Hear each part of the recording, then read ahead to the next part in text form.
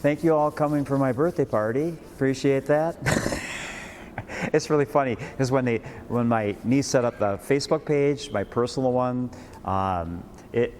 okay, so I have a personal Facebook page and I use it mainly for this class for people to send me messages. So a lot of times people need to communicate with me, investment questions and stuff like that. You can go to the Facebook page. I had someone ask me today, sent me a message on that page. Well, how come you're not making any more posts on Adventures in Investing Facebook page? And the story with that was, I don't know if I told you that, but years ago, a man by the name of Nick Nabel set that up for me.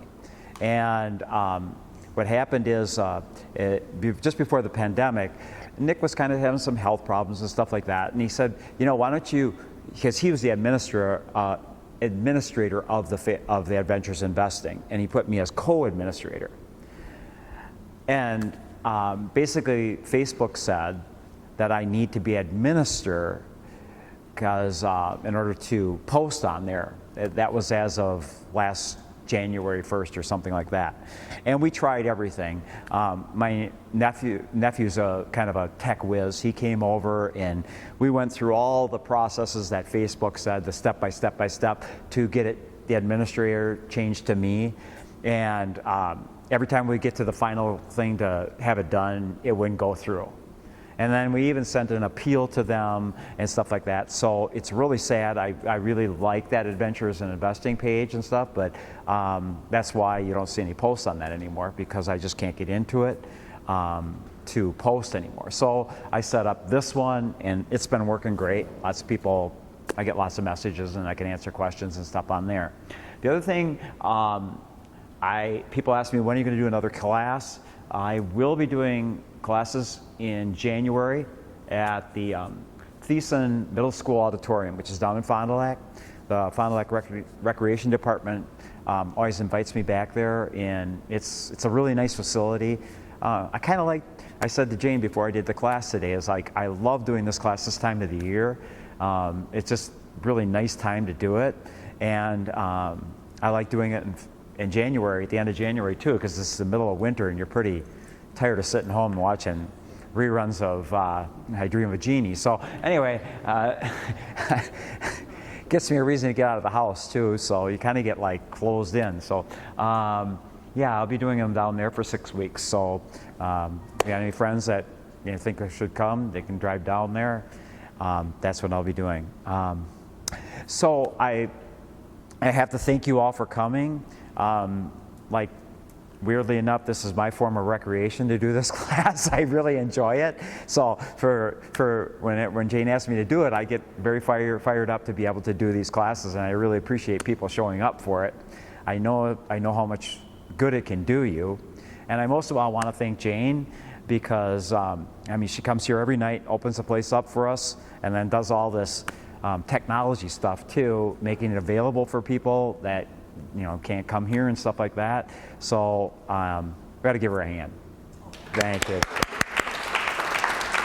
Because I know she's overworked and underpaid, as most competent people are. So, okay, so this lesson kind of is like a hodgepodge of a lot of different things, but mostly centers on tying everything together about becoming your own financial manager. Breaking away from being a dependent to being independent as an investor or manager of your money. So I always started out by showing you the system I use for our finances in our household. And it's really, I've been doing this for so long, and it's really efficient. And by efficient, I mean it doesn't take a lot of work. I don't have to do a lot of stuff. So much of my financial life is on like automatic pilot. It's so easy. So basically, it starts with you pick a local bank, and I have a local bank here in town, and a prerequisite is they have to have free check writing. So I don't like these banks that, you got to have $10,000 in to get free check writing. That's ridiculous to tie up $10,000, especially back when interest rates on checking accounts were 0. So I have no interest in looking to get interest on money that I have in a checking account, because I don't keep that much money in there. I'm not going to run around to different banks to see if I can get it better. As long as it's free check writing, I'm really happy with that bank. And there are banks in Oshkosh that will do that. In fact, there's one just up the street here. Starts with a West. And I've been very happy with that bank. I mean, they're really nice. Every time I go there, they give the dog at least 2 milk bones instead of just one. So that's customer service. Anyway, it starts out, I have a local bank, and I basically use the bank for 2 things. I use it as a deposit to a routing mechanism to pay a lot of my bills. So I have a checking account, and so many of my bills, I have them automatically deducted from my checking account. And so I'm not writing out checks. And I can remember before they had that service available, I remember I always like, you get a bill, and I always like to pay them really fast. I write a check out and mail it out, but sometimes you're busy, so you stick it in the drawer. And then I'll pay it tomorrow. And then you get busy the next day, and all of a sudden 2 weeks later you open that drawer and you go, oh my God, I forgot to pay that bill. Well, that's the nice thing about having your bills automatically paid through your bank account. You get, they're automatically done. So I keep roughly anywhere from usually I let it run down to 1,000, but I'll keep anywhere from $1,000 to $10,000 in a checking account, just so I know I can pay my bills and stuff like that. So how do I fund that? Basically, I have my investments, and I have chose to use the Vanguard funds. It's convenient for me. They're a great fund family. So at Vanguard, basically, I have a brokerage account, because they want everybody to have a brokerage account now. And people ask me that question: how come Vanguard wants you to have brokerage account and instead of just having a mutual fund account? Because what Vanguard is trying to do is simplify the whole accounting of what it's about efficiency.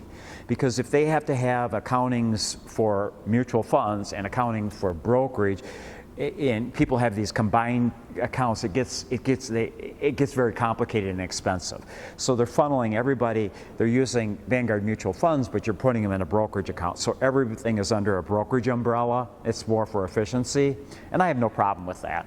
So at Vanguard, I have a brokerage account, and I used to have some individual stocks and stuff like that, but over the years I've sold all of those, and I just wiped those out. But in my brokerage account, I have what's called a money market account. And the money market account is kind of the place where I park. I target, before I got to the age where I have to take an RMD, which I do now, what I used to do is the first of the year, I would just look at my investments, and I would look at my asset allocation.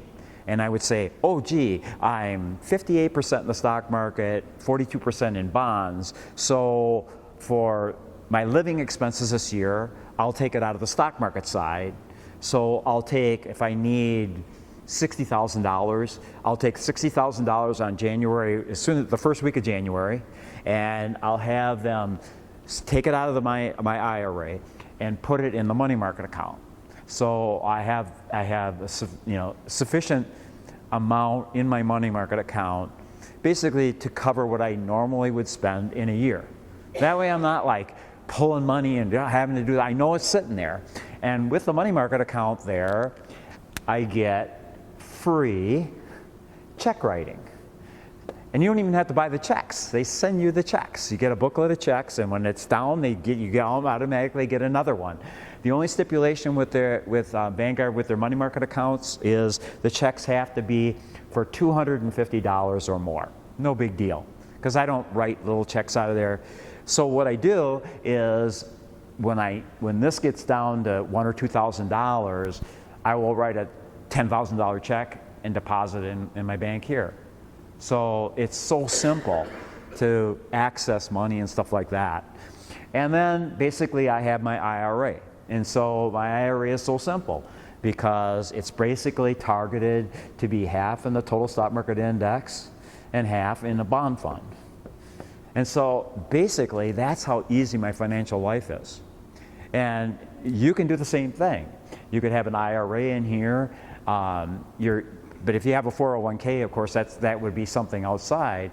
But once you get to that age where you're not working anymore, it's so easy to set it up there. And there's not a lot of work involved in it.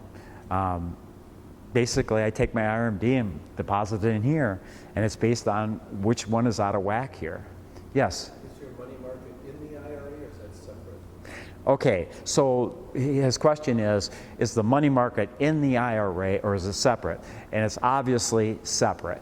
So then you have a separate brokerage account from the money market account? Or No, I only have one money market account. yeah, but the IRA is in a brokerage account. The IRA is housed in a brokerage account, and the money market account is also housed in that brokerage account. Same one?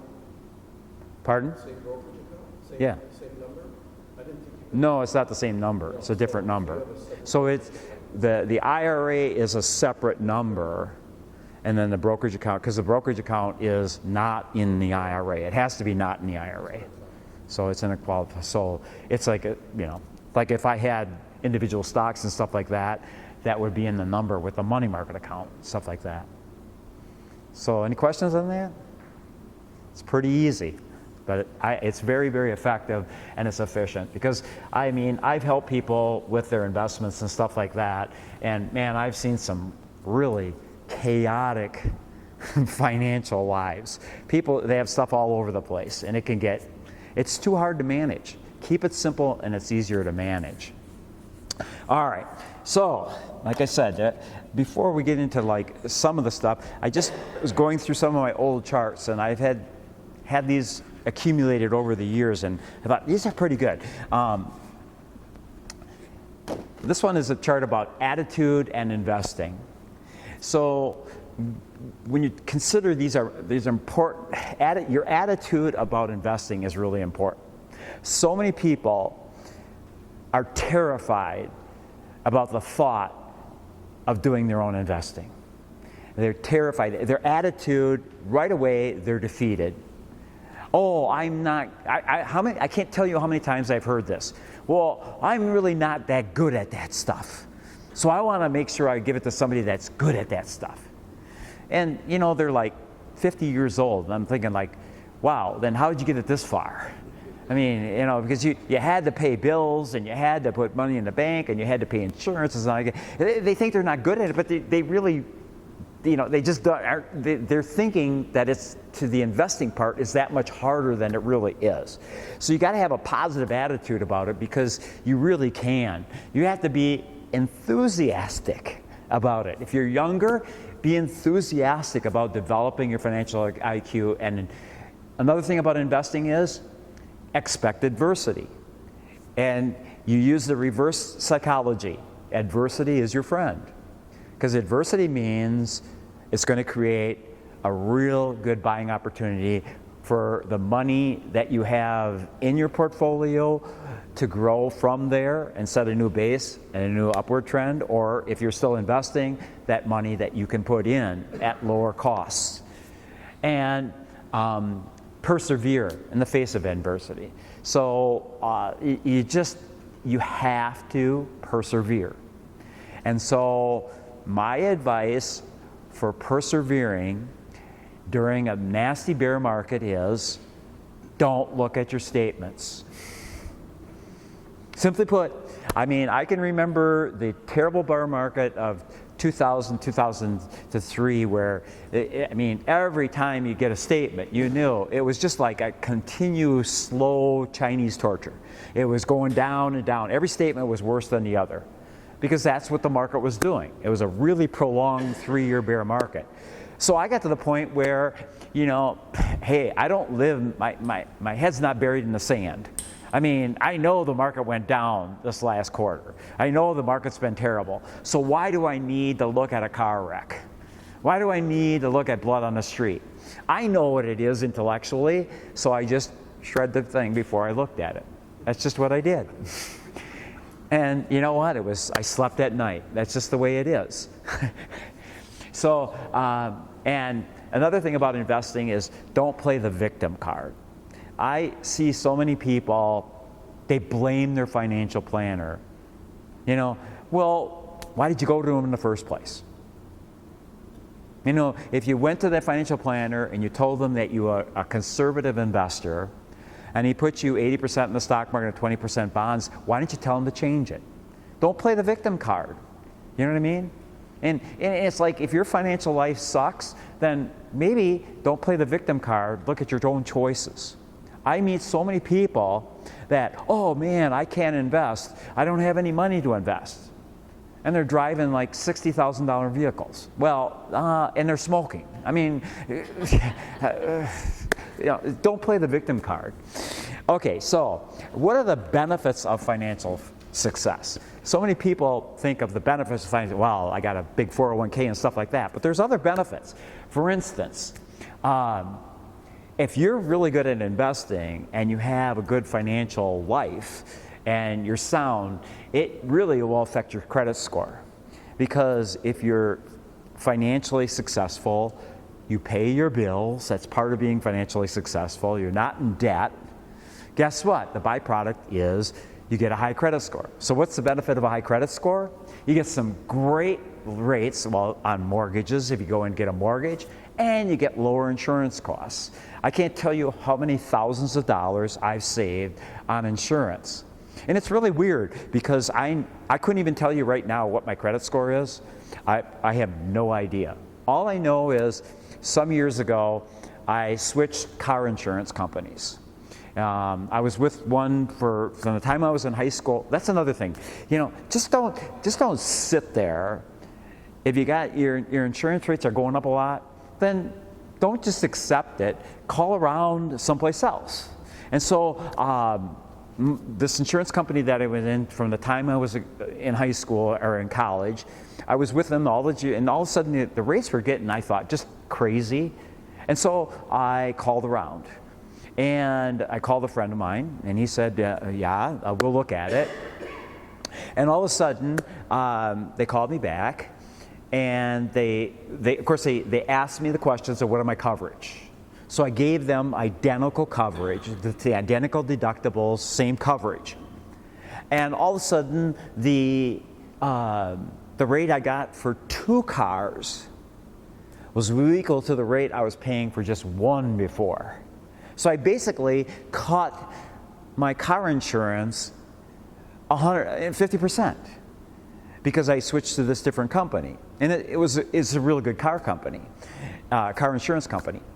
And so then I asked the lady, I said, well, how come my rate is so much better than it was? Well, she said, because when we checked your credit score, you have the highest credit score that anybody has ever applied for insurance here. And I'm like, how can that be? Because I've never borrowed money. And well, basically, you have to look at what goes into your credit score. So a lot of people develop credit score by having mortgages and car loans and all that kind of stuff. I don't have any of that stuff. I do have a credit card. We have a credit card, and I use it for buying golf stuff and, you know, like, there's good stuff on Amazon and Marie like QVC. But I mean, we don't go crazy with it. And I always pay it at the end of the month, and I pay all my bills. That's been the secret. I just have this terrific credit score, and it's really benefited me. And it's also with health insurance and all the insurances. You have a good credit score, you're going to save thousands of dollars over your lifetime, which is money that when you're younger you can use to invest, or when you get retired, it's money that you're not spending as part of your life, the amount that you're losing to live on. Eventually, it reduces the need for life insurance. That's another one. So many people, and I've gotten a lot of heat from people in the insurance industry who push these universal life or whole life things.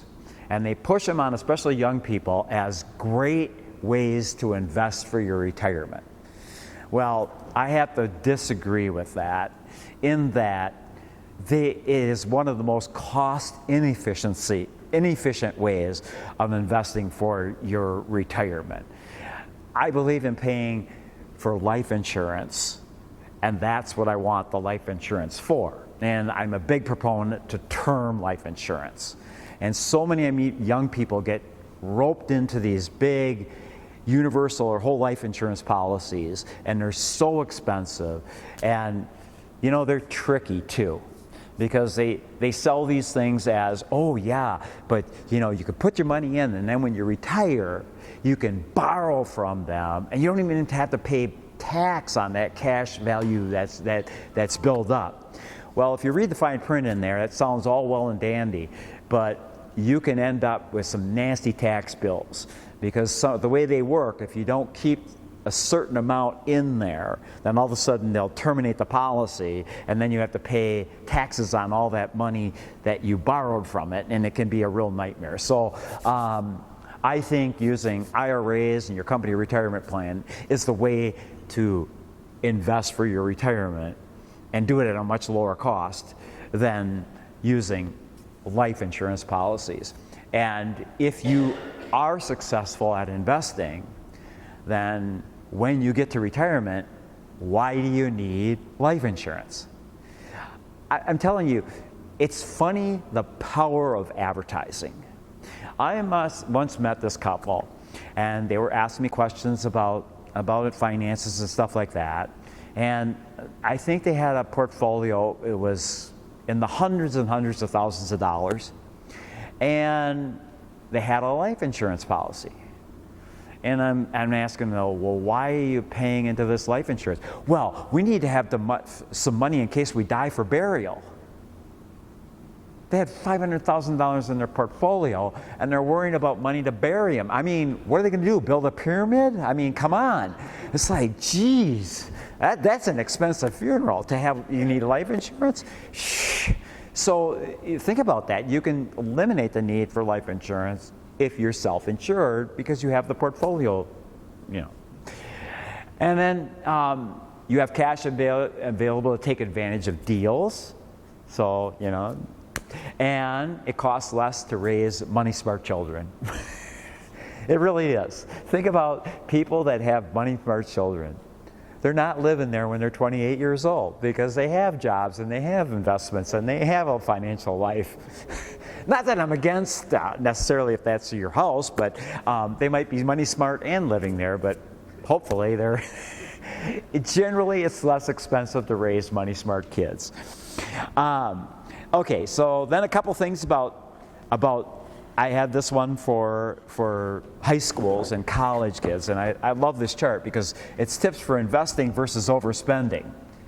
Number one, and if you have a problem with investing, you can't seem to get motivated to investing, it's because I think back to my life as an investor.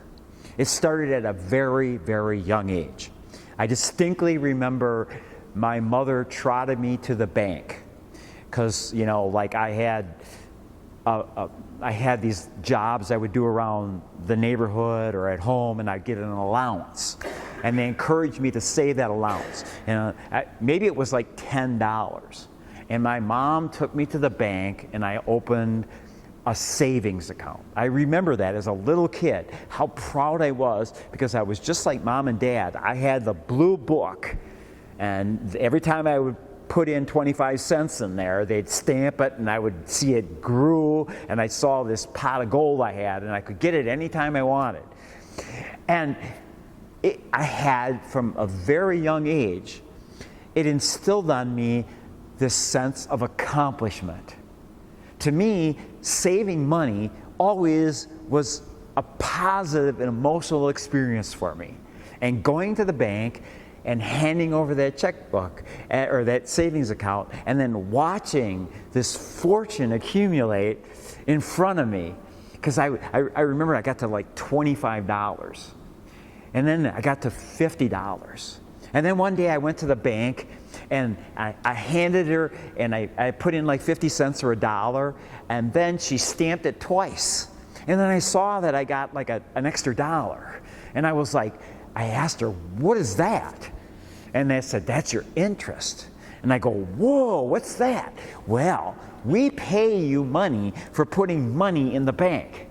Well, I thought I died and went to heaven, because you know how hard I had to work to make $1 to put in there? It was like this huge emotional thing to me. It was like, wow, the bank, they give away free money. I didn't do anything, it was $1. So from a very young age, I developed that attitude that saving, there's a reward for it, an emotional reward. And we don't do that enough. Reward yourself for doing that. If you're a person that saves, and feel proud that you're not a debtor, that you're saving. Surround yourself with people who have a saving ethic. I was reading a really good article today. A 14-year-old boy asked Warren Buffett, what advice would you advise for me to be successful in life? And Warren told them, well, surround yourself with people who are better than you. Hang around people who are better than you. Now, that's politically incorrect to say that, right? Because nobody wants to say they're better than. No, you have to have a humble attitude. There are people in my life that are so smart and so much more talented than I am. And I love being around them, because I'm hoping some of that, maybe it rubs off on me. I mean, that's why I married my wife. I mean, you know what I mean? It's like you surround yourself with successful people, and it motivates you, and you learn from them. So hanging around losers is not a really good idea, unless, like, you know, whatever. But it's the same thing with saving. If you're a young person and you hang around people who are horrible financially, it's probably going to rub off on you. You know what I mean? And sometimes that means, there was another part of that article, Charlie Munger, I think his name is, must be a friend of Warren, and he said, you know, you probably are going to feel like, if you're a young person and you're ambitious and you're a saver and you're stuff like that, people are going to call you you're going to become kind of an outcast or whatever. And he said basically, I don't know if I should say this on the thing, but he said, just say it, to hell with them. So, I mean, that's what you do. It's just, you have to be your own person. You have to be your own person. Because like I said, when I go to the high schools and I talk to high school kids, I said, if you want to be successful financially, you can't be normal, especially in America. I mean, in this country, we are so terrible financially with money. We really are. You can't hang around with normal people that way. You can't be in that in crowd, because you will get sucked in with it. Understand that consolidating debt to get a lower interest rate doesn't address a real problem. I mean, so many people, they think, wow, if I just consolidate all my debt and put it into over here, then I solve the problem. You just covered over the fact. The problem is you created that debt. That's the problem. And it's not a bad idea to consolidate to get a lower rate of interest, but you haven't solved the problem. You just made the problem less worse. You got to address the overspending and living beyond your means, and apply the principles from this class to maximize your earnings. And that, I mean, what am I talking about? Expenses. By taking what you learn in this class, you can learn how to reduce the amount you're spending on investments by thousands and thousands and thousands of dollars a year by doing your own investing.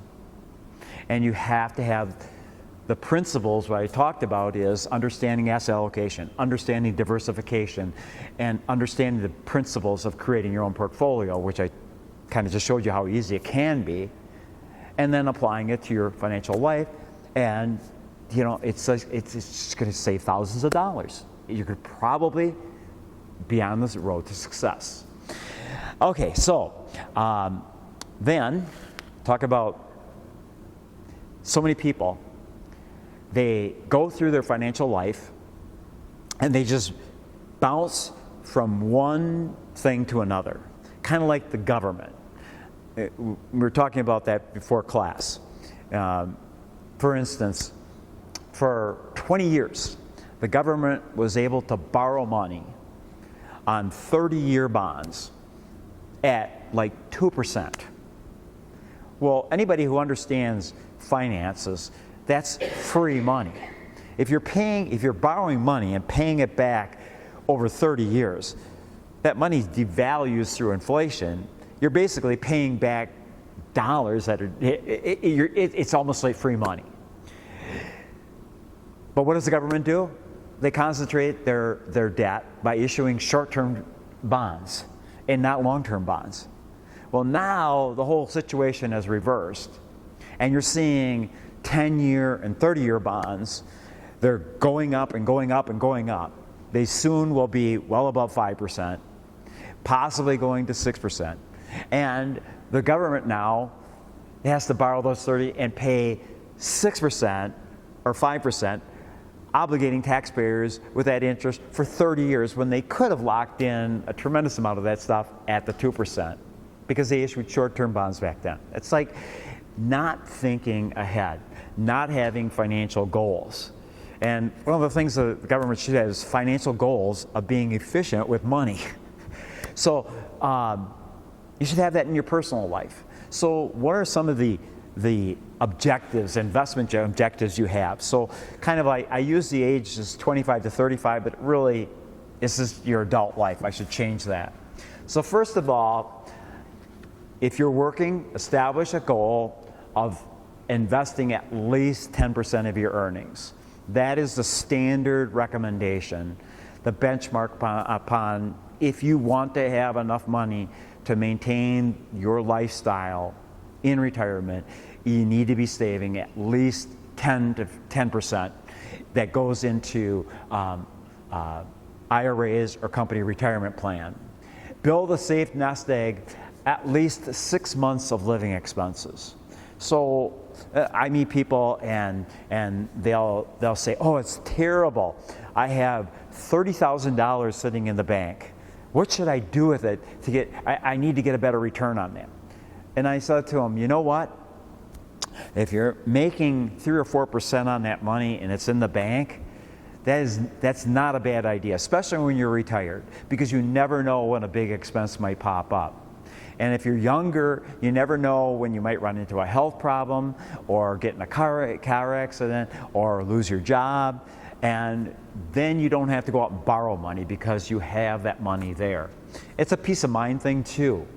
If you have student loans, make double payment on student loans. You know, I mean, seriously, don't expect the government to keep bailing you out. That's a whole other issue for me, but student loans, don't procrastinate.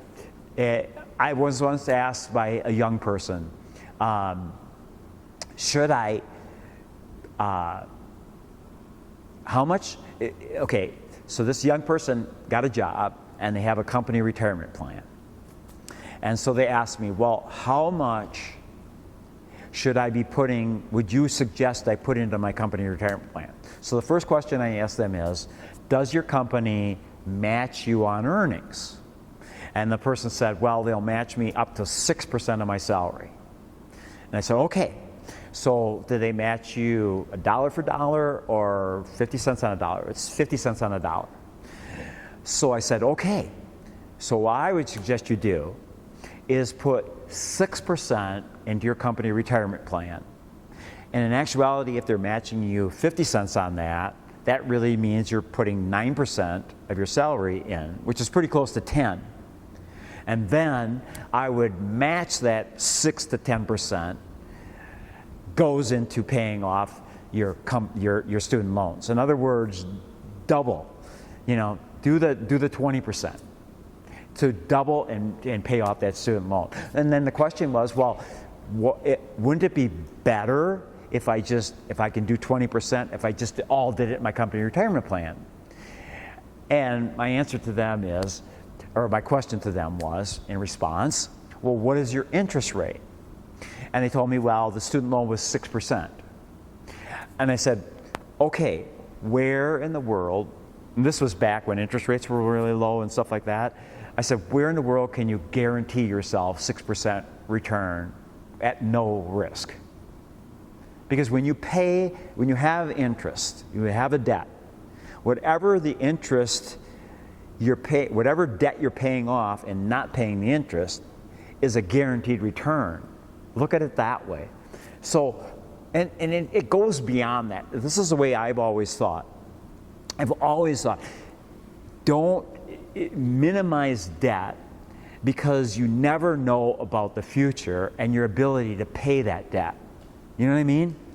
So if you concentrate as a young person on staying out of debt, and maybe you aren't investing as much as you potentially could, I still think it's a good idea, because in the long run, when you're in a higher income situation and stuff like that, if you don't have debt, at that time you'll be able to maximize your investing and stuff like that. But being debt-free is really a great world to be in. It allows you so much flexibility, especially when you get to retirement age. I strongly consider home ownership as part of one's life financial plan. Once again, we're in a situation right now. It doesn't mean you necessarily become, over leveraged in your house. In other words, my litmus test for buying, when you can afford to buy a home is if you can buy a home and you can still put 10% into your retirement plans and pay the mortgage and live the way you want. If you can't answer those questions, then you need to defer out buying a home. And kind of there's times also when you might have to be a little bit aware of what the economic conditions are at any particular time. And as we're talking in October of 2023, if I was a young person, the last thing I'm doing is going out there looking for a home right now. Because bottom line is, I think the valuations have risen disproportionately to what the value is, and the interest to buy a home right now is at very high levels. And I would wait for a better buying opportunity. But it doesn't mean you wouldn't have that home ownership on the radar. Okay? And the other thing about home ownership too is buy the home you can afford. So many young people jump into these huge houses with huge mortgages, and then they can't pay down debt. They can't invest because everything is in the house.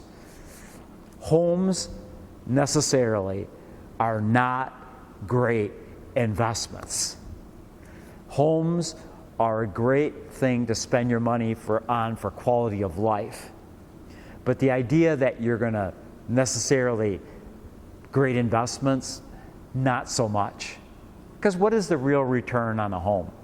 I've been living in my home since it was brand new when I bought it, 1992. And based on the houses around me, if I was to, I think I bought it for like $125,000 in 1992. If I went to sell it right now, the houses around my area are probably going, my house would probably be like $175,000 or $180,000. So how many years is, that's 30 years? That's 30 years, and it's appreciated $50,000. And over that course of time, I put air conditioners in there, had to replace the furnace, had to replace the roof, put a patio in. The amount of money that I stuck into there, and then all the property taxes and the insurance I paid, okay, what's my return on that money? I actually, if I sold it, I would be losing money if you're looking at it as an investment perspective, but it's a quality of life thing. It's a very important, in other words, what I'm saying is there are good things to spend your money on and there's bad things to spend your money on. And part of your financial life is the stability and the sense of worth that you get by owning your own home is a worthy thing to spend your money on. And it does have value. It intrinsically does hold some value. Another thing is, please, if you can possible, pay cash for your car. I mean, I put this in there as in financial advices. In America, we waste so much money on cars. It's incredible. The people that are unable to put money in their company retirement plan or IRAs and stuff like that because they're buying these super expensive cars with big car payments. Please, I think a reliable, safe car that gets you to where you want to go, it doesn't have a lot of maintenance, is a worthy thing to spend your money on, because you need a car for quality of life. But do you need an $80,000 car to get your rear end to the grocery store and back? And that's the issue here. And so many people, they don't do the right things in their financial life because they're obligated with how much they're spending on a car. So if you can't pay cash for a car, like I advise buying a used car. And if you can't pay for a used car, then buy a cheaper one. If you can't pay a cheaper one, get a cheaper one. Can't pay a cheaper one, get a moped. You ride a moped in the middle of winter, and you'll be motivated to save for that car. That's the way it works. I mean, it's probably a bad joke, but to me, it's kind of makes a point. I mean, you drive around Oshkosh, and how many times do you see like a rundown old house, and there'll be $70,000 worth of vehicles in the driveway? You know what I call that? The redneck financial plan. Got that right from Jeff Foxworthy. But that is definitely the way I think about it. It's like, that's crazy, you know? So, and then like I covered this too. So for life insurance, concentrate on, you need life insurance, but when do you need life insurance? If you're a single person, do you need your life insurance? No, you don't really need it. But if you have kids, you're married, you want to have life insurance. And so they have really inexpensive term life insurance policies out there. So you get the policy, you can get a tremendous amount of coverage for the term to when you won't need it. So if you're on the plan and you're investing and stuff like that, you probably after 55 or 60, you won't need term life insurance anymore. So you'll be self-insured. That's the plan you want to have. So anyway, that's kind of like investment objectives. Now, let's get down to so many people like, if I retire, how do I know I have enough money?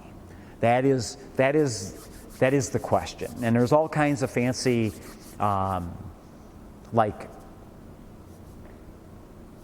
go on the internet and plug in numbers and all that kind of stuff. And a lot of people rely on that kind of stuff. But I'm kind of an expert on this because, like, I quit working in 1992. So that is how many years now? 30 years. I have a lot of experience on making money last. And one of the things is that the one thing you can expect is the unexpected. And for instance, in my lifetime, like the period between 2000 and 2009 or 10, if I was looking at living on the money that I was making in the stock market, I'd have ran out of money because there was no returns there, basically, over that period of time. Up, but then down, up and down. It's just tremendously volatile period, but the end result is a 10-year period where you had zero returns in the stock market other than the dividends. So a lot of this stuff is you have to be adaptable, and you have to understand that there's times when you have to adapt to the conditions you're in. But there are some general rules to give you an idea of making your money last and how much you need to have to retire on. First of all, there's one called the Rule of 25. And basically it says you figure how much you will need to withdraw from savings in your first year of retirement. You multiply the number 25. So the example is, let's say you're going to retire and you need $50,000.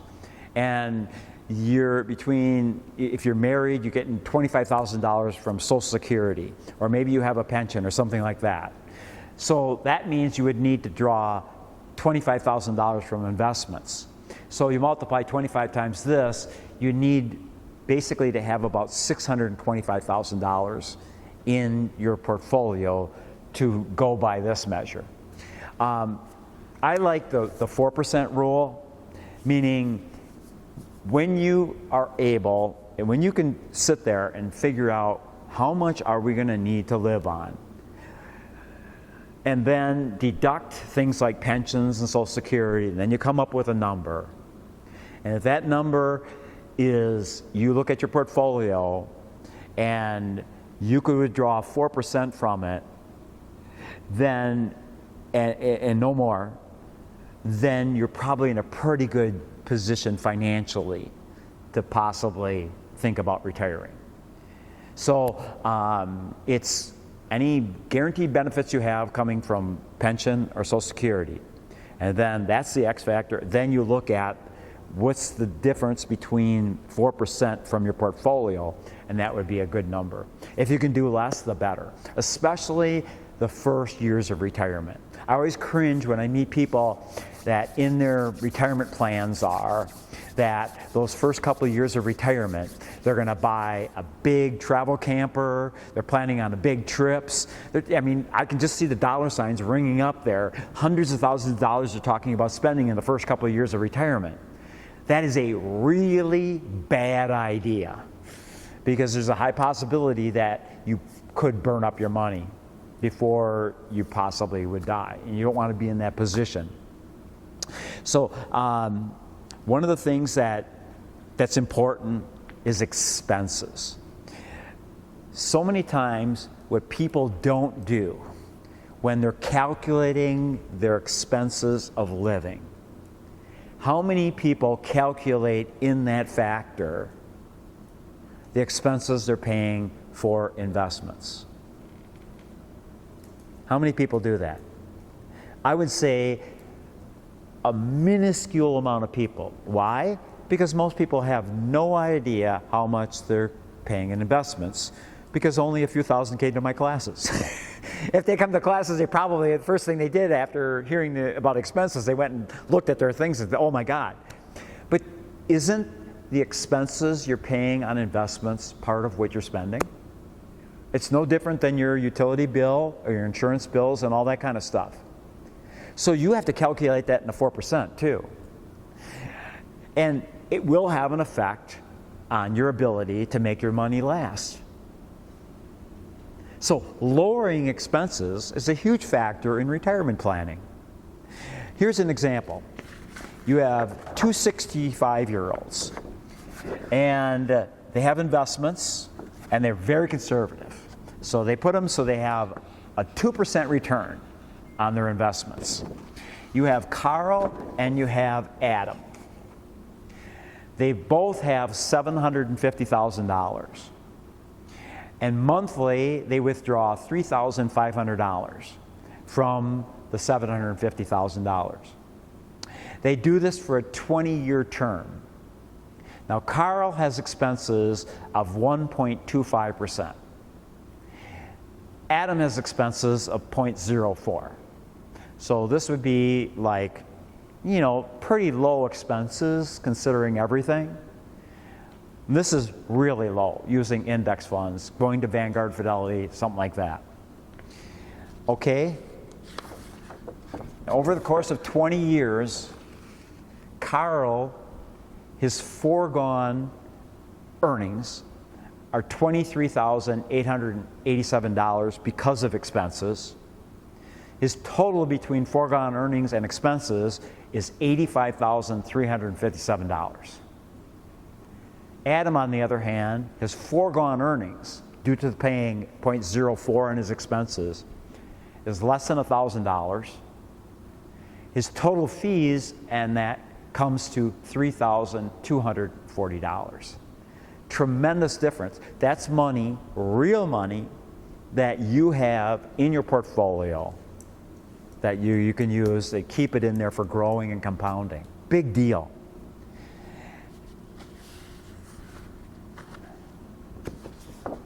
Lasting benefits of low fees. This is calculating your odds of running out of money. If your fees are like 0.5%, and you have, you're using the 4% rule, there's about an 80% chance that you won't run out of money. If the fees jump up to 1%, even if you're following the 4% rule, it jumps up to about 35%. When you get up there to 1.75, it kicks it up to almost a 50% chance you're going to run out of money, even if you follow the 4% rule. Progressively, the more you're spending on investments, the more it affects on your inability to make your money last. Another thing that affects the ability for money to last is a combination of your withdrawal and your asset allocation. So this is time period 1926 to 1996. If you had a 75% stocks and 20% bonds, and you followed the 4% rule, 98% chance your money would last.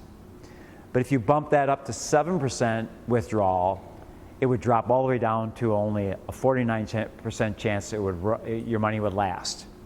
If you go to the balanced portfolio, 50-50, there's a 95%, you follow the 4% rule, there's a 95% chance your money's going to last.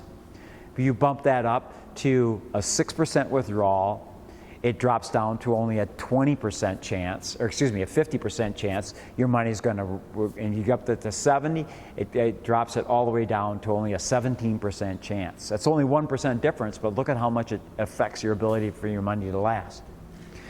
If you go 100% bonds, then the 4% rule, you only have a 20% chance your money's going to last. Once again, that's why you need to have money in the stock market when you're retired, because you need the growth of it. So you can see how your asset allocation also affects the ability of the 4% rule to work. So you have the combination of expenses and asset allocation. You need to combine those two things to make it work. Another thing that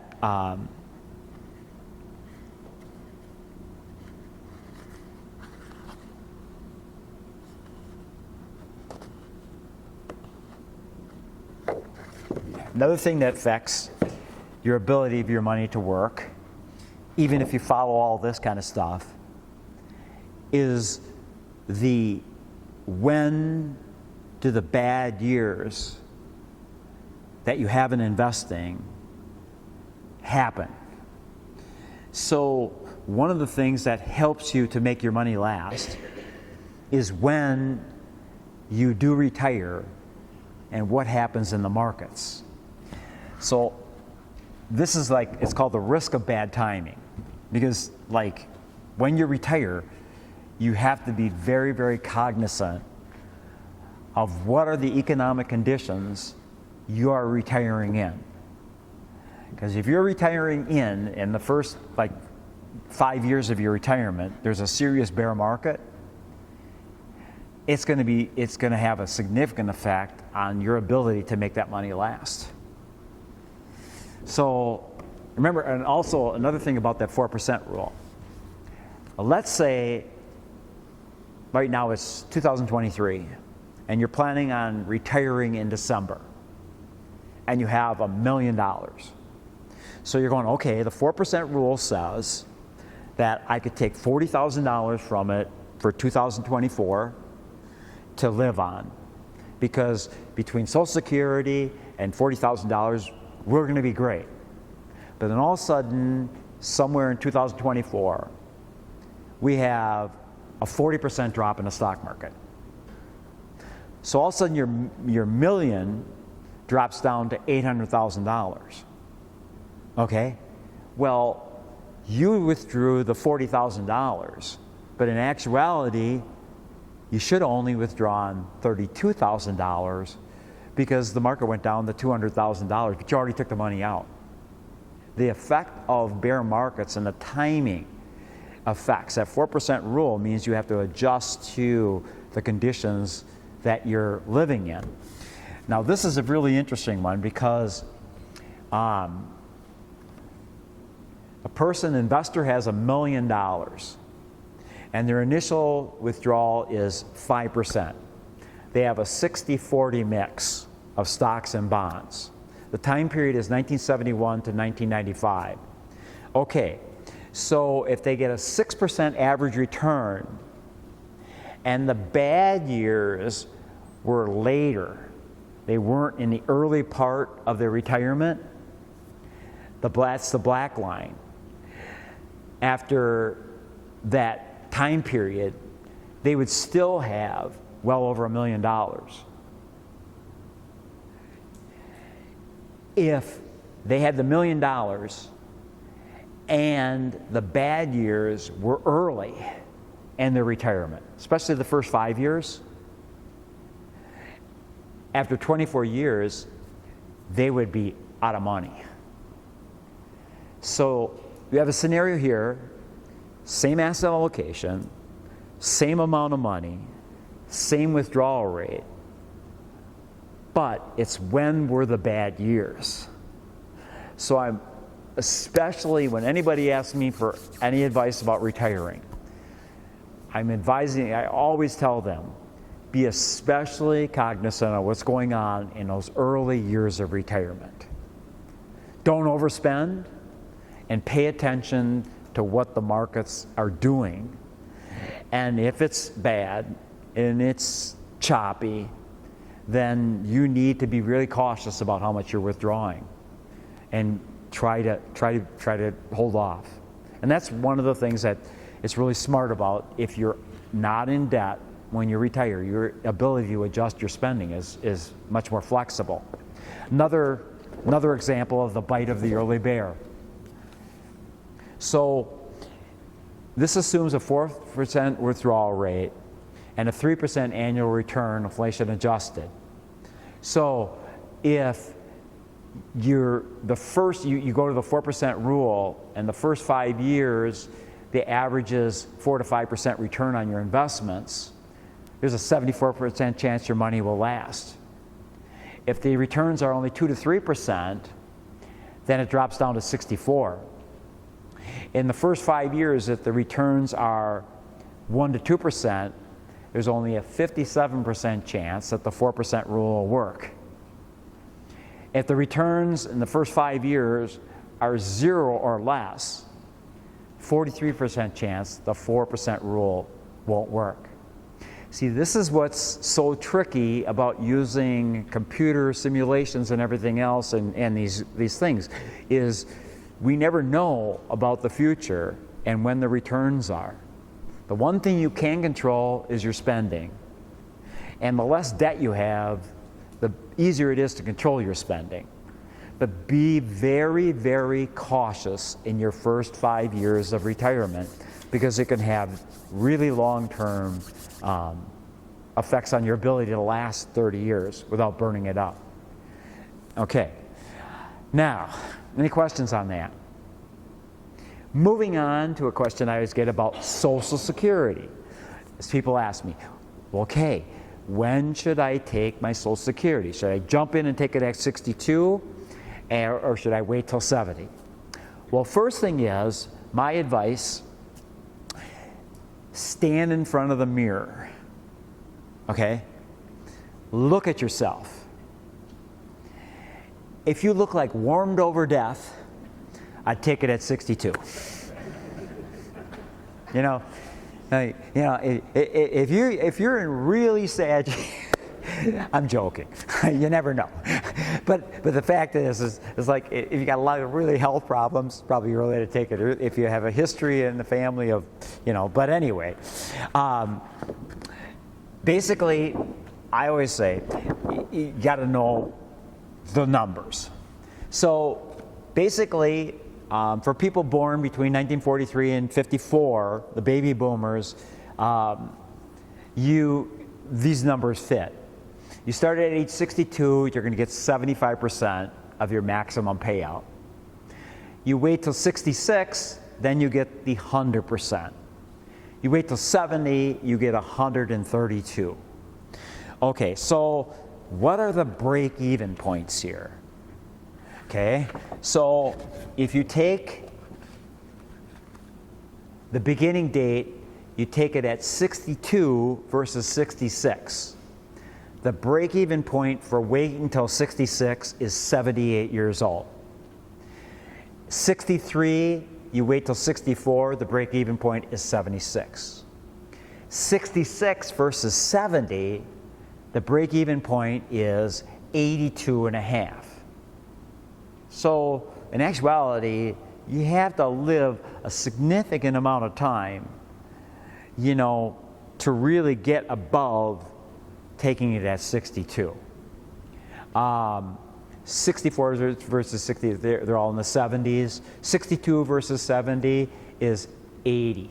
So yeah, you have to be in the 80s. And then this is another graph kind of showing that. 62, by the time you're 90, you'd receive about 603,000. So if you're planning on living to 90, if you take it at 66, by the time you reach 90, it'll be about 669. And if you take it at 70 and you live to 90, you get $764,000. And basically, I don't know, it's kind of, I wonder about this chart. I forgot, I didn't write down where I got that. But one of the things that you have to consider here is inflation. So they adjust the payouts according to inflation. So I don't know about these calculations, but they're probably a pretty good guide showing you the break even of how much more you're going to get by waiting until 70. So my advice on that is, when people are asking me, if you're a married couple, then what you do is you look at retirement planning and you see how much you have in investments. So if you look at it and you realize that if you both didn't take Social Security, there's no way that you would be able to live by just taking 4% out of your investments. See what I'm saying? In other words, 4% wouldn't cover your life. So that means one of you should take Social Security at 62 and a half, or 62, to help you so you don't have to go above the 4%. That's a smart strategy. And usually what it is that the lower income of the two is probably a good idea. If it takes both of you, then both take it at 62. That would be the way I would look at it. Because you don't want to, like I say, you saw the statistics. If you're bumping it up to taking 6%, because you're going to burn up your money, and then you're just going to end up living on Social Security, and that's not going to be a good place to be when you're 80 years old, because you burned up your investments. So the strategy that I did was, my wife took it at 62. Not that we necessarily, we could have both waited till 70. And now my wife says, why didn't I do that? Because she sees how much more I get. But I just thought, well, why not? So she took it at 62. I waited till I'm 70. Now she's mad at me, But I did it for her. And why did I do it for her? Because, if I passed away before her, then my benefit she would get upgraded to my benefit. So in actuality, I did it all for her. And she just doesn't appreciate it. but that's kind of the strategy that we've worked, and it's kind of I think it's a good strategy. But like I say, when you look at this stuff is like, when you're 90 years old, are you going to lose any sleep because you didn't get $100,000 of payouts? I mean, financially speaking, that is. Okay, final thing I want to talk about is a little bit about taxes and investing.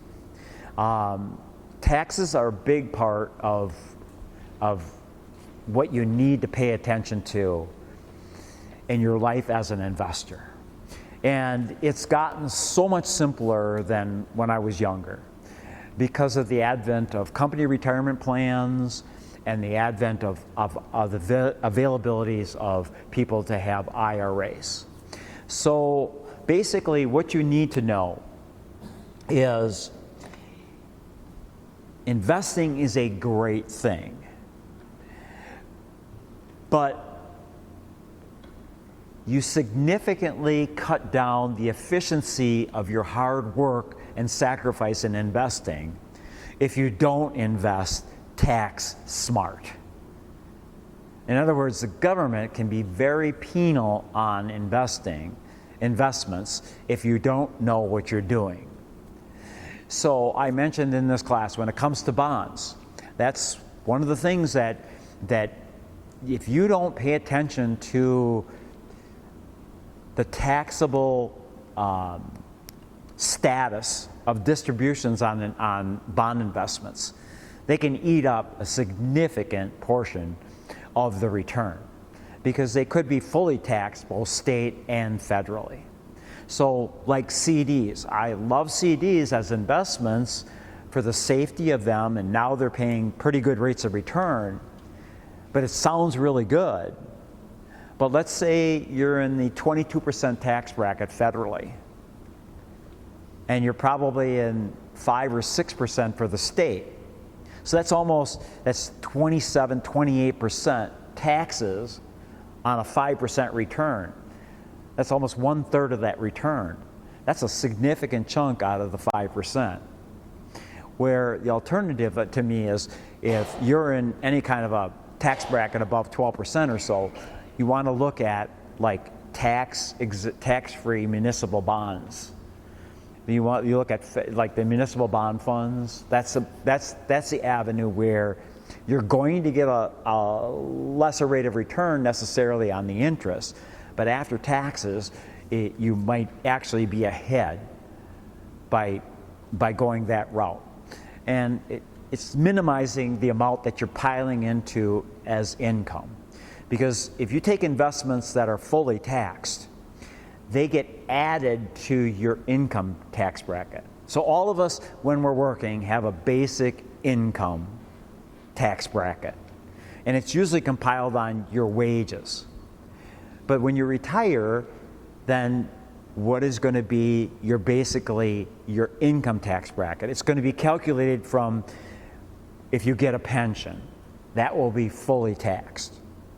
One of the worst investments for tax efficiency, in my opinion, are annuities. So many people are sold annuities as great tax shelters. Well, yeah, you put your money in an annuity and they compound tax deferred. But ultimately, when you take the money out, if you made any money on them, that's income. So when you retire, your income is going to be some of Social Security could be taxed, and it could be taxed up to 80%. If you have a pension, that will be fully taxed as income. If you have a company retirement plan and it's a traditional plan, the money you take out of that will be taxed as income. We're all building up on what's called your income tax bracket. If you have IRAs and they're traditional IRAs and you're taking money from them, those will be taxed from $1 as income.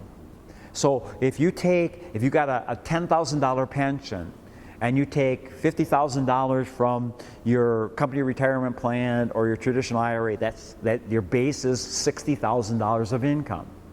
And then Social Security, it would look at how you're filing, and then there's a formula that would determine how much of Social Security would also be piled in as income, and that determines your income tax bracket.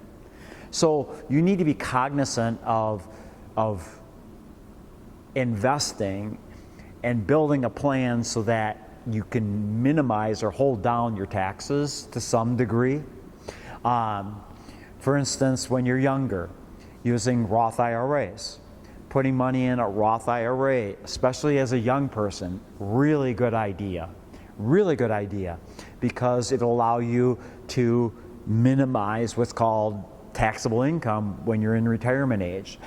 Remember, when you're retired, where do you get the money to pay the taxes on your income? From your investments. So you know, you're even adding to the amount you need to pay. So you know what I mean. So, and that all affects on that 4% rule.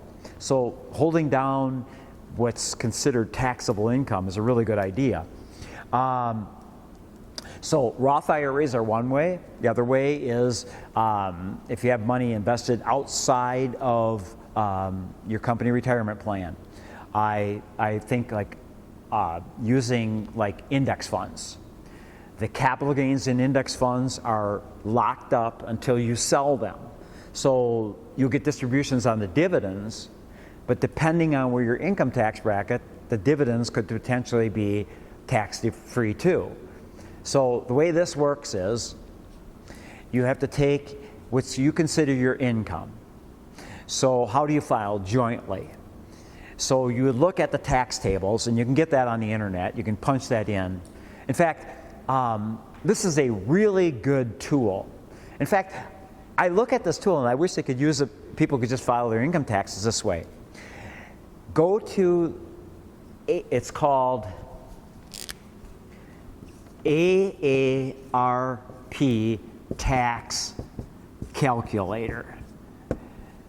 I use that all the time because what you do is you can punch in these numbers and it will tell you the tax bracket and how much taxes you have to pay. I use that all the time because I have a pretty good idea. Right now in my life, I have to take minimum required distributions. And so I can punch in a number like 4%. So I can look at my portfolio and see how much I have.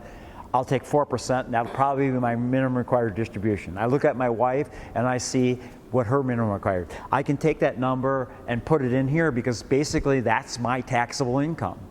And so I punch it in here and it tells me how much taxes I'm going to have to pay.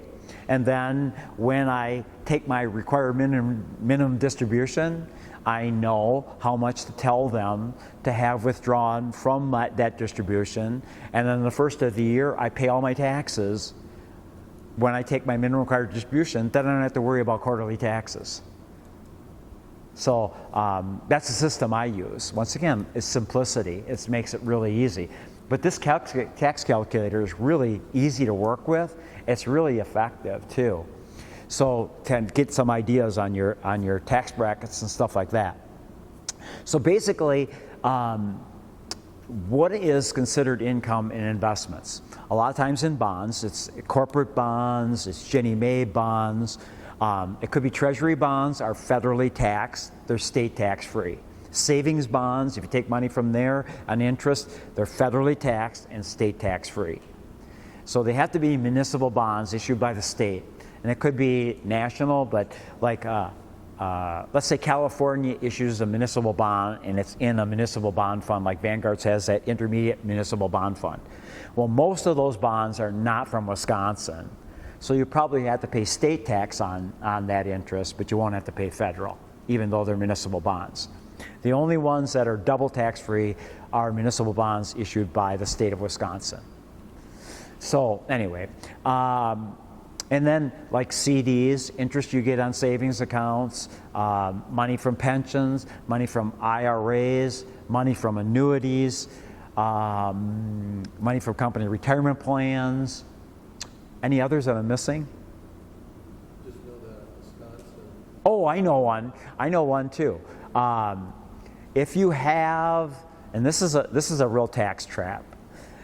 People invest in personal money with their local guy, and let's say they use like the American funds, very popular fund family for financial planners to use. Okay, so you're in the American Growth Fund. Okay, well, at the end of the year, you're going to get a 1099. And on that 1099, they're going to break down the distributions. So you're going to have distributions from the companies in that mutual fund that are the dividends. That's going to be one line. Another line is going to be what's called long-term capital gains. And a long-term capital gain is when the mutual fund manager or you buys an asset and holds it for longer than a year. And then if you sell it, that's called a long-term capital gain. So both dividends and long-term capital gains are not added to what's called your income. Get it? So when you're figuring out your income tax bracket, long-term capital gains and dividends are separate than what's income. However, if you're in one of those mutual funds where the manager does a lot of buying and selling, and that is a lot of these mutual funds, they could have some short-term capital gains. And a short-term capital gain is when you're in a fund and the mutual fund manager buys and sells a stock in less than a year. And there's many of these funds have turnover ratios of 200% a year. So they're buying and selling all the time. Those are short-term capital gains, and those are added as income. You have to pay income that's added to your income. So you can be in a mutual fund that's a stock mutual fund, and it actually will add to your income and be a part of that. So that's why it's not a very good idea tax-wise to use managed funds in personal accounts because they can be tax inefficient. But I think that I covered most of them. Wisconsin bonds, most of those are taxable to Wisconsin, even though they're municipal Wisconsin. There's very few of the bonds that are not taxable to Wisconsin. Yeah? Because of special issues. Okay. Yeah. I'd say 80–90% are taxable. Really? Yeah, there's very few. You got to really search deep. Like the baseball stadium bonds, they had double tax exemption many years ago. But you got to really look far to find any double tax. Well, what he's saying for the people on Zoom, and he said that right now, things have really changed. Because, like, when I first quit working, I actually I built a portfolio of municipal bonds that were double tax free. So back in the 1990s, I called up a broker and I said, whenever in the state of Wisconsin you get a newly issued Wisconsin municipal bond, and actually Brewer Stadium was one of them that I actually owned, they were double tax free, both state and federal. And I built a whole portfolio of them back then. But what you're saying now is that 80 to 90% And that's more of a are not anymore. If you live in California, all their municipal bonds may be tax exempt for Californians, and that's not the way Wisconsin works. Yeah. In many other states, it's always interesting because if you look at like Vanguard, they have California municipal money market accounts. So, people in California can get double tax-free interest on their money market accounts, and New York and some of those high tax states, very, very popular. That's interesting. You won't see a Wisconsin money market. Yeah, you don't see it, yeah. So anyway, taxes can have a significant effect on your return. This chart just shows you take between state and federal, it's not that hard to be in the 28% tax bracket. If you took $5,000 and invested it yearly and got an 8% return, and it was not tax efficient, every year you had to pay 28% on the returns, your money would grow to about $755,000. But if you did this with an 8% return and put it in an IRA where you're able to invest tax efficiently, it grows to over $2 million. That's 2/3 of the return was chewed up by paying 28%. Pretty significant. So that's why you want to use the IRAs and 401ks. Now, one of the things that if you're planning on retiring early, you're a super saver, you want to And I think it's also a good idea to have, if you're able to invest outside of your IRAs and 401ks too. And here's a really good choice. Vanguard has come up with called tax managed funds. They actually have 3 of them. So they have the one for people who are near or at retirement, which I think is a really good choice. It's called the Tax Managed Balance Fund. You have a minimum, I think, $10,000 to get into these funds. But basically what they do is the Tax Managed Balance Fund puts 50% of your money in municipal bonds from around the country, so the interest would be federally tax-free. And then on the stock side, they manage it so that there's not distributions every year. They're very, very, very tax efficient. The Tax Managed Balance Fund has an expense ratio of 9 basis points. On the risk scale, Vanguard uses 5 to 0, and it's a 3. It founded it as of 2019. It was opened in 1994 and averaged 7.41% per year. Pretty darn good for a 50-50 mix. I did some homework on this and I compared it to many, many balance funds in this country, big ones. And most balance funds are fully taxed, and they're 60% in the stock market and 40% in bonds. And you can look at this fund and compare it to those, and even with all the tax benefits, the average return is very close to balance funds that are actually more risky because they have 10% more in the stock market. So what I'm saying is the return, even not considering the tax benefits of it, are very competitive. It's a extremely well-managed fund. Very, very interesting. If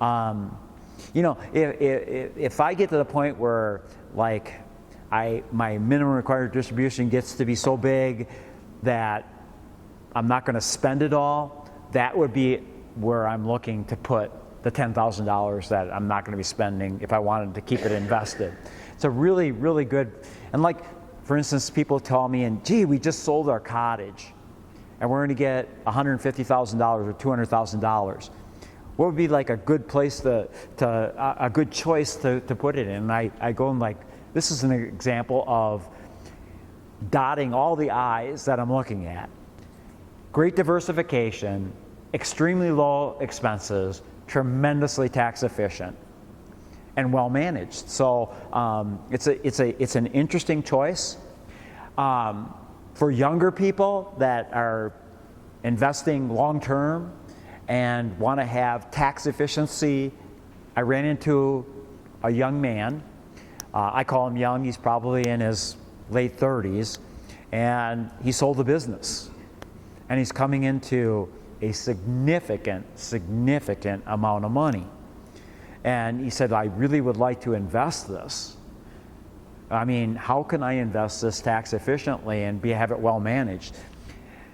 Capital Appreciation Fund is 100% in the stock market, very, very, very tax efficient, has a return very competitive to the stock market using an index fund.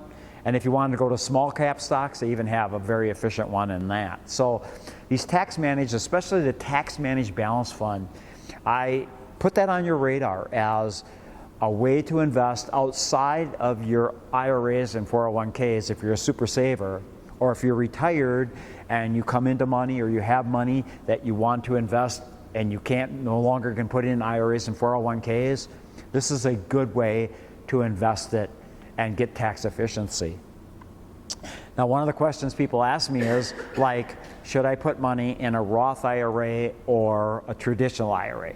Well, one of the things that I'm not really a fan of is the recommendation of a retired person to convert the money they have in their traditional IRAs to Roth IRAs.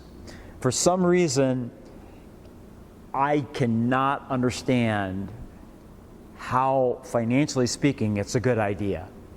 If let's say you're 65 years old and you have $500,000 in a traditional IRA, and you convert that to a Roth IRA, you have just declared $500,000 of income besides the income you have coming in that year for taxes that year. Now, what will be the tax bracket on $500,000? What is it, like 33% of the federal? 33, it could be 33% of the federal, potentially 7% to the state of Wisconsin. That's 40% of the $500,000 is, now how do you make that up? Yeah, so there are certain instances where I think if you have money in traditional IRAs, traditional company retirement plans, it's a smart idea to convert to a Roth. Number one, if you have a lot of years to to invest this money. So if you're 25 years old and you had a company retirement plan and it was traditional and you have $10,000 in there, man, that is a great example of opening a Roth IRA with that $10,000. You know, roll it into a Roth IRA, pay the taxes, because you have so many years of compounding on that money. That's a great idea. Another one is a lot of people who know a lot about taxes, they look at their income and they realize that they're in a significant, they may be below the 10% tax bracket.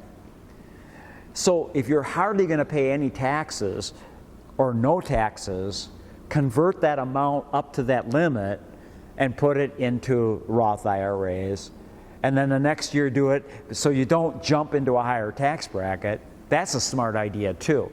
Then I can see it's a great idea to converting and putting it into Roths. Because Roths are not only great for helping you in managing your income in retirement, but they're also wonderful tools to pass on to your kids or whoever you want, because they inherit it and it's tax-free growth. That's a tremendous tool.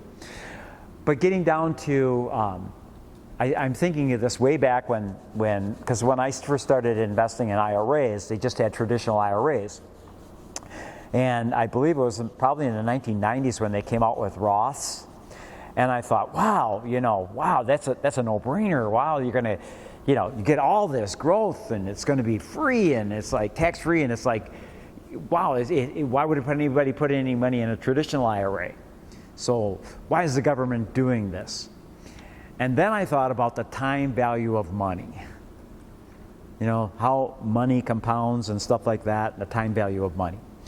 So I sat down and I made a chart, and I took an example of an initial investment of $5,000 for a time period of 35 years, a rate of return of 10.2%, and an income tax bracket of 25%. That stays 25%, hypothetically, throughout the lifetime of this person right here. So the initial investment, if you go to a Roth IRA, is you have to pay 25% of $5,000. So you're actually investing $3,650. You go to the traditional, you put the full $5,000 in. You defer out the taxes. So after 35 years, the Roth compounds out to $60,000. The traditional IRA compounds out to $80,000. If you withdrew the money after 35 years, you could withdraw the $60,000 from the federal government and there would be no taxes. If you took the full $80,000 and the tax rate was 25%, you would have $60,000 after that. So they're kind of the same, you know what I mean? So the one thing I didn't do in that chart, which I just thought of now, is state taxes. So you would come out ahead because the state taxes are 7%. But you would have had to pay this. I didn't calculate the state taxes here. So it still works. So the 25% is both federal and state, we'll say.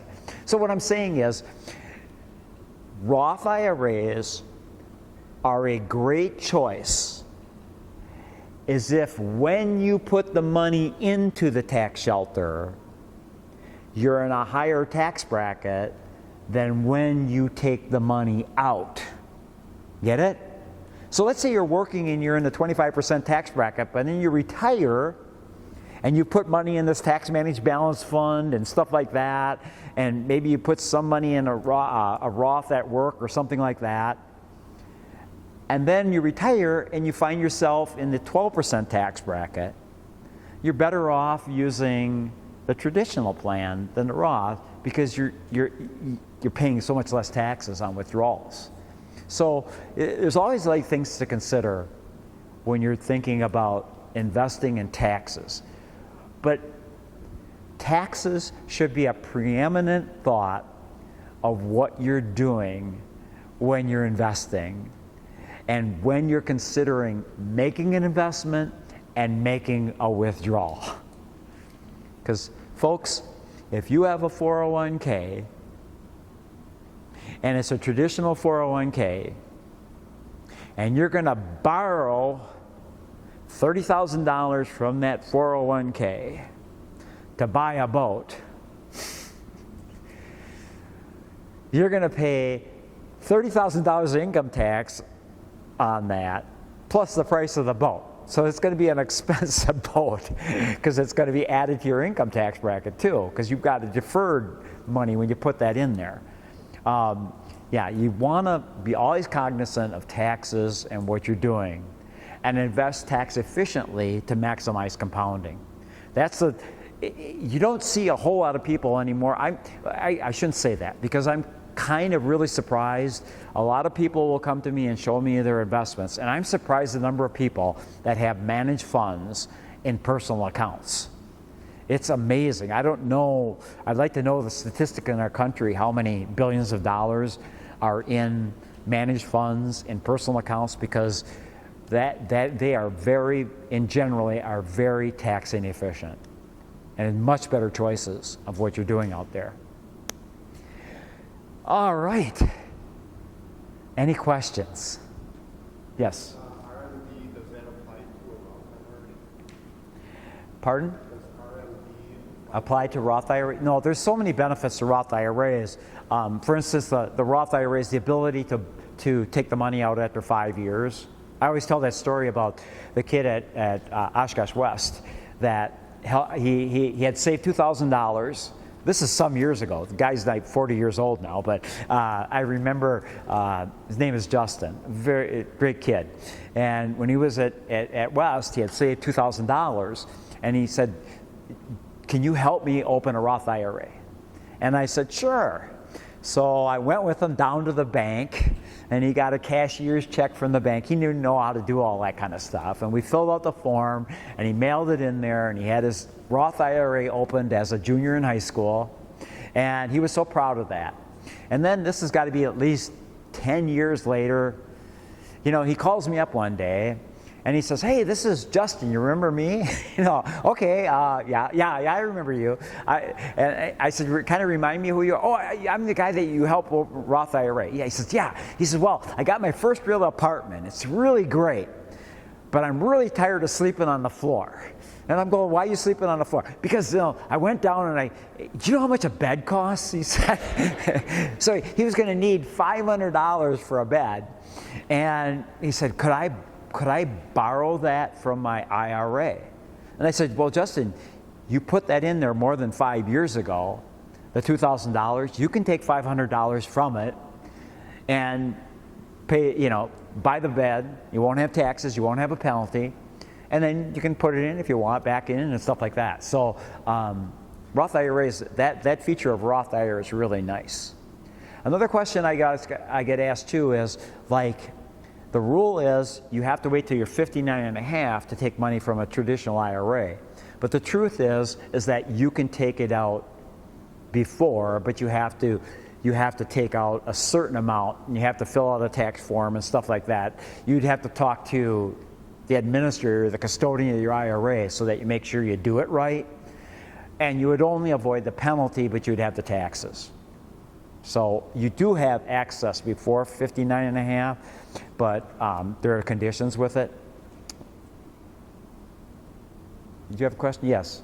That AARP tax calculator, do state taxes do? Okay, her question is, the tax calculator, does it do state? No, it just does the federal. So what you do is go on Google and type in state calculator for Wisconsin. And I think it's called SmartX Asset thing or something like that. There's one on the internet for that too. So you can do it. But kind of the formula I use is when I'm figuring out how much to take out of my minimum required distribution is, let's say I have to send the federal $15,000. And I usually go more, because I always do this stuff at the first of the year, but you know, life is uncertain. So something pops up in the middle of the year and I need to take another $10,000 from the money that I took out of my IRA and stuff like that. So I always pay in a little bit more than what the amount is. But then when I'm figuring state, rather than going to that calculator, I just go like 50% of what I'm going to the federal, I send to the state. Then I get a big refund from the state. So, you know, that's kind of the way I do it. I like to make sure I paid enough. But I love not having to pay those estimated taxes. That's a pain in the rear end to me. So just getting it out of the way in the beginning of the year is a hassle I really like. And while we were talking about taxes too, I know they do taxes for people at the senior center yet, do they? Not anymore. Not anymore? Well, I'll tell you what. I was always very intimidated by the whole thought of doing my own taxes. Until my next door neighbor, she's 93 years old, and her daughter would come up from Chicago every year and do her taxes for them on the internet, on what is the tax thing? What are some of the tax ones? No, not H&R. What's the other one? TurboTax, yeah. And so I said, gee, is it hard, Janine? And she goes like, nope. Especially after you've done it 1 year, most of the stuff's in there. The next year it'd take you like 5 minutes. I didn't believe her. But you know, then I always had a brother-in-law that did my taxes for me. He was an accountant, so he did them for me. And then he ran into health problems. He didn't want to do them anymore. And so I worked up the courage, and I went on TurboTax. I'm sure H&R Block is good. I don't want to, I'm not saying it's the best or anything else. It's just I've experienced with it. And I did it the first year, and it was amazingly easy. And I did it, you know, I've been doing it ever since. So those tax things are really, and significantly less expensive. I mean, I hear people that go to some of these places and there's simple tax forms and they're getting charged $150, $200 to do the taxes. That's pretty darn expensive. So TurboTax is relatively inexpensive. So you just have to work up the courage. And they're helpful with it too. Just don't call me when you get audited. I mean, any other questions? Awesome. Well, thank you all for coming, and I really appreciate it, and good luck with your investments.